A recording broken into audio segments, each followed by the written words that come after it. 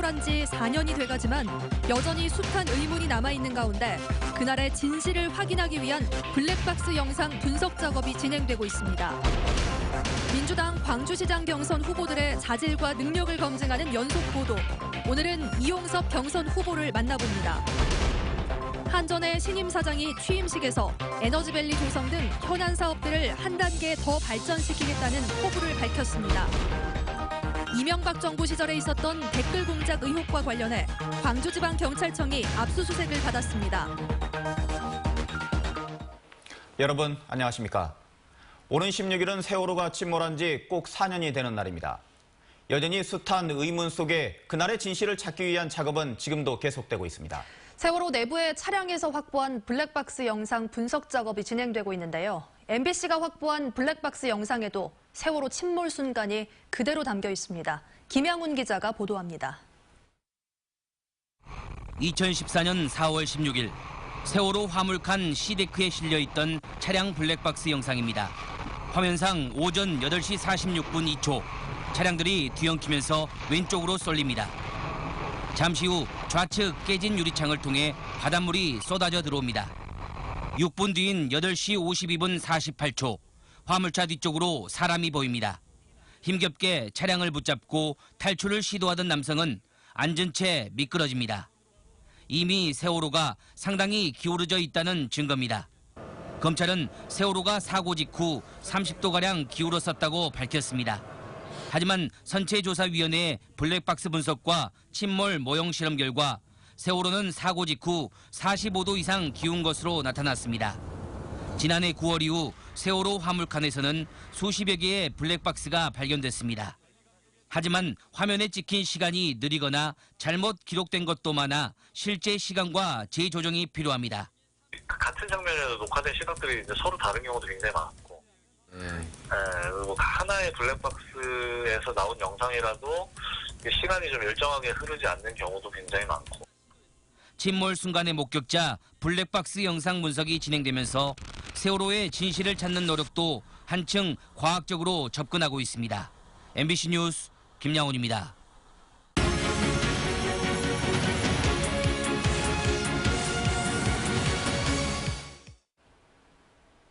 민주당의 광주시장 후보들을 비교 검증하는 시간.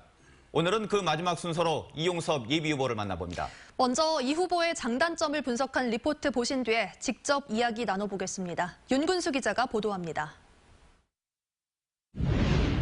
김대중, 노무현, 문재인 세 번의 민주정부에서 장관급 자리만 5차례 지낸 화려한 스펙.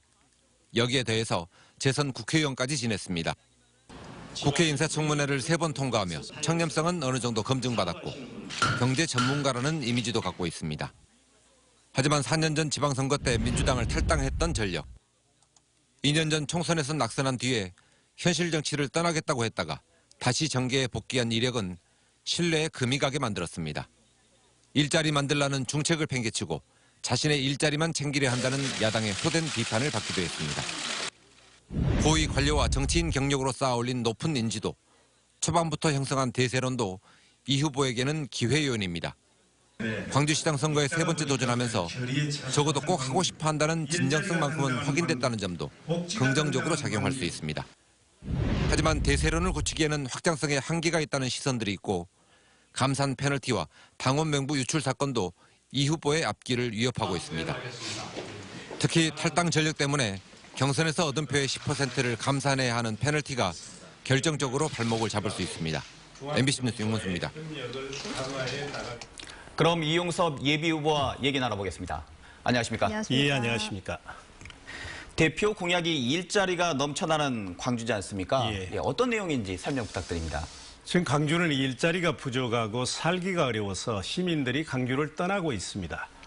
2012년부터 6년 연속 인구가 순유출되고 있습니다. 네. 지난해만 해도 약 8,100명이 광주를 떠났고 심각한 것은 66%가 젊은이들입니다.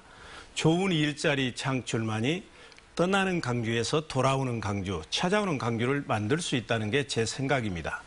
근데 문제는 과거 이명박 정부, 박근혜 정부에서 21차례의 일자리 대책을 발표했지만 지금도 일자리 사정은 여전히 어렵습니다. 네. 그것은 실효성 없는 정책들을 남발했기 때문입니다.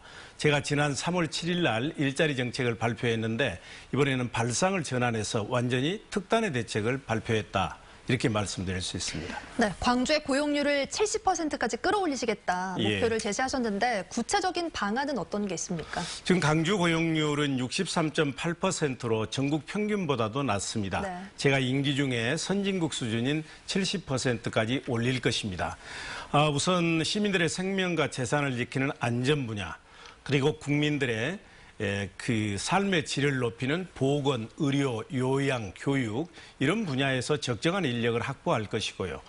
두 번째는 경제 자유구역을 지정하겠습니다. 그러니까 빅그린 3단, 도시 첨단 3단, 그리고 강주역, 군공항을 연결하는 지역을 그야말로 미래 산업, 그리고 국제 관광 도시로 만들 수 있는 그런 이제 경제 자유구역을 지정해서 12조 원 규모의 일자리 뉴딜 정책을 실시하려고 생각을 하고 있습니다. 네. 말씀하신 경제 자유구역 지정이 되면 지역경제 활성화에 도움이 될 텐데요. 그런데 지정이 가능할지 의문입니다.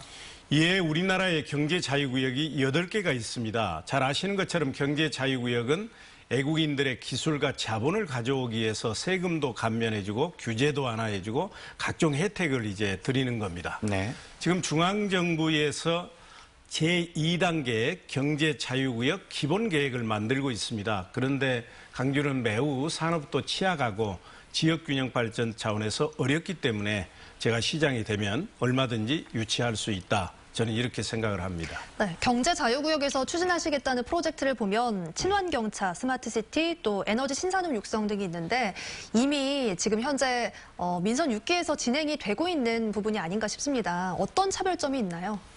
예, 근데 우리 문재인 정부가 출범한 지 지금 1년도 안 됐거든요. 세상이 크게 바뀌고 있습니다. 그야말로 일촉즉발의 이기로 치닫던 남북 관계가 27일이면 남북 정상회담이 열리고 다음 달에는 북미 정상회담이 열립니다. 네. 이렇게 대통령 한 분 바뀌면 세상이 바뀌는 것입니다. 광주도 제가 시장이 되면 그동안 불가능했거나 어렵다고 생각되는 일들이 현실이 되리라고 생각을 하고요. 다만 이제 광주 재정 자립도는 49%밖에 안 됩니다. 네. 매우 낮습니다. 그래서 우리만의 힘으로는 어려운 것이죠. 그래서 중앙정부의 지원도 받아야 되고 국내의 기업들의 투자도 받아야 됩니다. 그래서 제가 경제 자유구역을 지정하겠다 하는 것이죠. 네, 알겠습니다. 이번에는 광주 전남 현안에 대해 여쭙겠습니다. 광주 군공항 이전이나 한전공대 설립 문제는 광주의 이익도 챙겨야 되겠죠. 예. 또 한편으로는 전남과의 상생도 필요해 보입니다. 좀 어떤 계획을 좀 갖고 계십니까? 예, 잘 아시는 것처럼 금년이 전라도 지정 1000년이 되는 해입니다. 네. 앞으로 1000년을 그야말로 상생과 번영과 희망의 땅으로 일구어내려면 저는 광주 전남은 공동운명체다, 하나의 뿌리다, 이런 인식을 해야 됩니다. 그래야지 매 사업마다 광주 전남이 경쟁하고 그리고 각자 도생하게 되면 거기서는 경쟁력이 있을 수가 없습니다. 그래서 광주에 전남을 더하고 전남에 광주를 보태야 상생하고 동반 성장할 수 있습니다. 그래서 제가 시장이 되면 바로 전라남도 지사와 협의를 해서 군공항 이전 부지도 확정을 할 것입니다. 네, 이제 시간이 34초 정도 남았습니다. 마지막으로 유권자분들께 하고 싶은 말씀 있으면 해주시죠. 예, 존경하는 광주 시민 여러분, 누가 시장이 되느냐에 따라서 광주의 역사가 바뀌고 시민들의 운명이 달라집니다. 이제 지방 분권 시대에는 그야말로 준비된 시장, 제대로 된 시장이 필요합니다. 저에게는 광주를 발전시킬 수 있는 로드맵과 정책들을 다 가지고 있습니다. 이번에는 준비된 시장 저희 이용섭에게 기회를 주십시오. 감사합니다. 네, 오늘 말씀 감사드립니다. 예, 고맙습니다. 고맙습니다.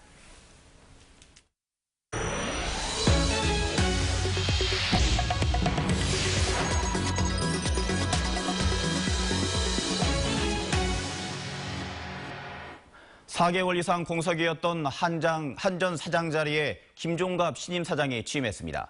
김 사장은 에너지밸리 등 각종 현안 사업을 더욱 발전시켜 나가겠다고 밝혔습니다. 이계상 기자입니다.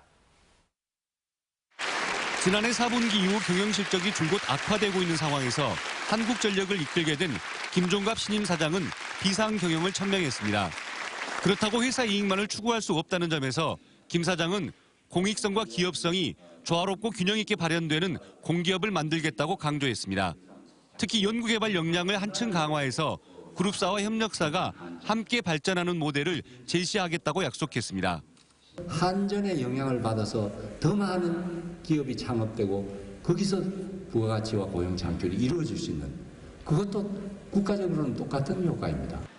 전임 조한익 사장이 의지를 갖고 추진했던 에너지밸리 사업을 계승 발전시켜 광주 전남 지역경제 활성화에 기여하겠다는 뜻도 분명히 했습니다. 우리를 여기 내려보낸 것은 이 지역경제에 우리가 기여해야 된다는 국가 목표가 있었고 그리고 이미 여러분들이 많은 분야에 있어서 상당히 진전을 보고 있습니다. 최대 공기업인 한국전력의 미래청사진이 광주 전남의 앞날과도 맞닿아 있다는 점에서 김 신임 사장이 어느 정도 애정을 갖고 지역 관련 현안을 챙길 것인지 지켜볼 일입니다. MBC 뉴스 이계상입니다. 아시아문화원 신임원장에 이기표 광주대 교수가 임명됐습니다. 문화체육관광부는 아시아문화예술교류 협력기관인 아시아문화원의 신임 사장으로 이기표 교수를 임명했다고 밝혔습니다. 이 신임원장은 광주일보와 KBC 광주방송 기자로 활동했고 광주대 조교수를 역임했습니다. 이명박 정부 시절 정부 정책을 옹호하는 댓글 공작 의혹과 관련해 광주지방경찰청이 압수수색을 받았습니다. 광주지방경찰청에 따르면 경찰청 특별수사단은 어제 광주경찰청, 부산경찰청 등의 보안계 사무실을 압수수색하고 이명박 정부 시절의 내부 보고서와 공문 등을 확보했습니다. 경찰은 압수물 분석을 마치는 대로 본청 지휘부와 실무자 등을 상대로 댓글 공작 경위와 목적 등을 확인할 계획입니다. 신안 흑산면 만제도 해상에서 어선 충돌 사고를 냈던 화물선 선장을 해경이 긴급 체포했습니다. 목포 해경은 오늘 목포항에 입항한 사고 화물선 선장 65살 김모 씨를 업무상 과실치사와 선박 파괴 혐의로 긴급 체포하고 구속영장을 신청할 계획입니다. 해경은 사고 해역을 중심으로 실종자 3명을 찾고 있지만 아직까지 성과를 내지 못하고 있습니다. 해경은 전복된 어선 연응호를 인양해 오늘 오후 목포항으로 예인하고 선박안전기술공단과 국과수와 함께 선체 조사를 실시할 계획입니다. 무등산권이 유네스코 세계지질공원으로 인증된 것에 대해 환영 입장이 잇따르고 있습니다. 무등산 보호단체 협의회는 환영 성명을 통해 15만 회원들과 함께 세계지질공원 인증을 축하한다고 밝히고 무등산의 공익적인 가치를 미래 세대에 온전히 물려주도록 노력하겠다고 다짐했습니다. 민주당의 광주시장 예비후보들도 앞다퉈 보도자료를 내고 무등산을 세계적인 명소로 만들겠다고 밝혔습니다. 유네스코 세계유산인 화순 고인돌 유적지 내에 고인돌 선사 체험장이 조성돼 개장됐습니다.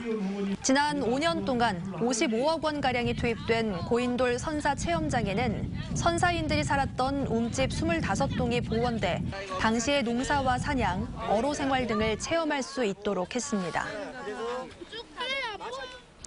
민주당 광주시당 공천관리위원회가 시의원과 구의원 경선 후보자를 발표했습니다.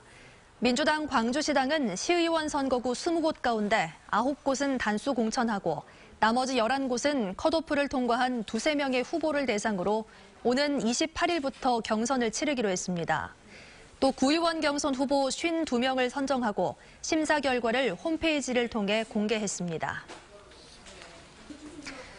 전남지방경찰청이 전체 시군 경찰서에 선거사범 수사상황실을 설치하고 24시간 단속체제에 들어갔습니다. 경찰은 금품 선거와 흑색 선전, 여론 조작과 선거 폭력, 불법 단체 동원 등 5대 선거 범죄를 중심으로 단속을 벌이고 무관용 원칙으로 수사하겠다고 밝혔습니다. 5.18 기념재단은 올해 5.18 문학상 본상 수상작으로 제주 4.3의 역사적 상처를 다룬 이종영 시인의 시집을 선정했습니다.